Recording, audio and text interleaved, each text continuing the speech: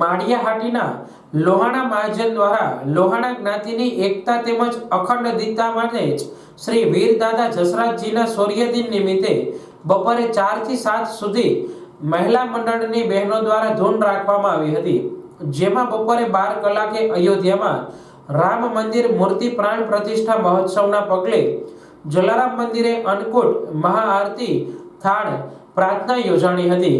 ત્યારબાદ માળિયાહાટીના લોહાણા જ્ઞાતિજનો માટે રાત્રિના સમૂહ જ્ઞાતિ ભોજનનું આયોજન કરવામાં આવ્યું હતું, જેમાં સર્વે રઘુવંશી જ્ઞાતિ બંધુઓએ ખૂબ જ મોટી સંખ્યામાં હાજર રહી અભૂતપૂર્વ સહકાર આપ્યો હતો।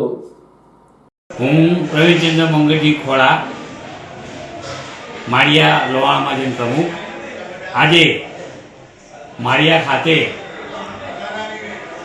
અયોધ્યામાં શ્રી રામચંદ્રજીની પ્રાણ પ્રતિષ્ઠા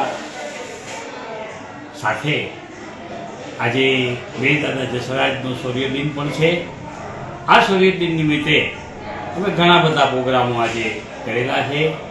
આજે જલારામ મંદિર અન્નકૂટનું દર્શન, પછી સાંજે રાત્રિ ભોજન અને અયોધ્યા પ્રાણ પ્રતિષ્ઠા નિમિત્તે ખાસ ધૂન બપોરના 4 થી 6 રાખવામાં આવેલી છે।